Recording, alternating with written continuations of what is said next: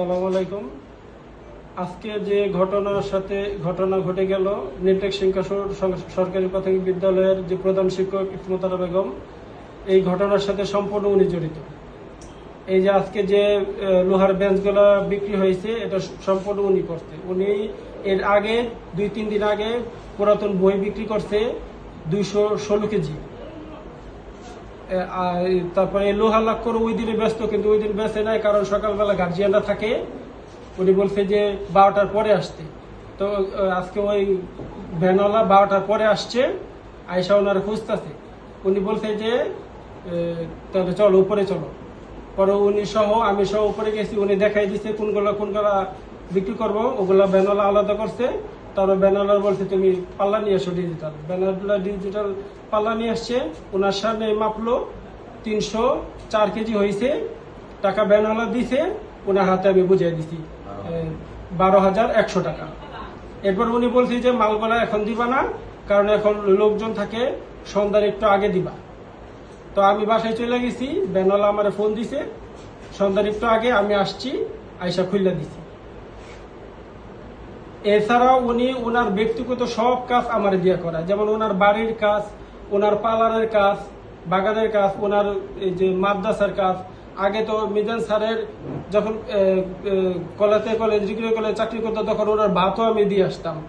এখন ওনার এই পার্লারের মিটারের টাকাটা সহ আমি বইরা দিই।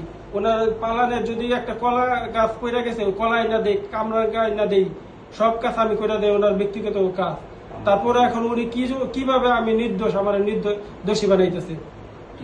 আপনাদের কাছে এই বিচারটা আমি চাই। তারপরে পুরাতন বিল্ডিং থাকতো ওইখানে, আগে ওইখানে একটা সাবমার্সিবল ছিল। ওই সাবমার্সিবলটা উনি উঠাইছে, মিস্ত্রিটা উঠাইছে। তখন ওই যে পাঞ্জু কাকা ছিল, পাঞ্জু কাকা বলছে কি করবে এটা, উনি শিখাই দিচ্ছে যে বলবা যে এটা নষ্ট হয়ে গেছে, ইঞ্জিনিয়ার অফিসে যাইবো। আমরা এভাবেই বলছি। এটাও 7-8 বছরের আগের কথা। তারপরে এলো যত এই যে পরীক্ষার ফিস উঠায়, বই বিক্রির টাকা, সিলেবাসের টাকা, রেজাল্ট কার্ডের টাকা, সব ওনার কাছে থাকে। উনি এগুলা দিয়ে স্কুল পরিচালনা করে বা কি করে আমরা জানি না, সব টাকা ওনার কাছে থাকে। আর ম্যাডামরা যা টাকা উঠায় সব ওনার হাতে দিয়ে দেয়। আর আমার কাছে কোনো টাকা থাকে না, বা আমি উঠাই না। আমার খালি যেটা করতে বলে আমি করি। আমার গেটে তালা খুলতে বলে আমি খুলি, লাগাইতে বলে আমি লাগাই।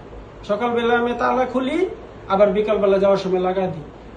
আর ওনার ব্যক্তিগত সব কাজ আমার এই 13টা বছর ধরে করাইতেছে। আমি মুখ সহ্য করে করি, কি করবো, উপায় নাই কোনো। আর কোনো 19-20 হইলে উনি ওই যে টিও অফিসারেরা আমার ধমকি দেয়, চাকরি যাইবো গা, আমার শোকজ করবো, বেতন বন্ধ থাকবো, এরকম করে আমার এই 13টা বছর কাটলো। আজকে উনি ধরা পইরা এখন আমার উপর, উনি বাঁচার জন্য আমার উপর দিয়ে এটা উঠাই দিতেছে। এলাকার গণ্যমান্য ব্যক্তির কাছে ওনার বিচার চাই।